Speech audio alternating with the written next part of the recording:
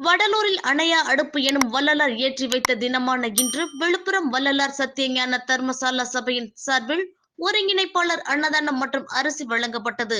அருட்பெருஞ்சோதி தனிப்பெருங்கருணை கோட்பாட்டை கொண்ட வள்ளலார் வாடிய பெயரை கண்ட போதெல்லாம் வாடினேன் என்பதற்காக பசித்த உயிர்கள் அனைத்தும் பசியாற வேண்டும் என்பதற்காக வடலூரில் வைகாசி 11ஆம் நாள் 1876ஆம் ஆண்டு உலக அதிசயங்களில் ஒன்றான அணையா அடுப்பு எனும் சத்திய தர்மசாலையை துவக்கி வைத்து 158வது ஆண்டான இன்று விழுப்புரத்தில் இதனை கொண்டாடும் வகையில் வள்ளலார் சத்தியஞான தர்மசாலா சபை சார்பில் 1000 பேருக்கு அன்னதானம் மற்றும் அரிசி தானமாக வழங்கப்பட்டது.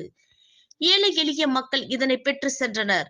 விழுப்புரத்தில் வள்ளலார் சத்தியஞான தர்மசாலா சபையின் ஒருங்கிணைப்பாளர் அண்ணாமலை மற்றும் முன்னாள் நகர்மன்ற தலைவர் ஜனகராஜ் ஆகியோர் ஏழை எளியவர்களுக்கு உணவுப் பொருட்களை வழங்கினர்.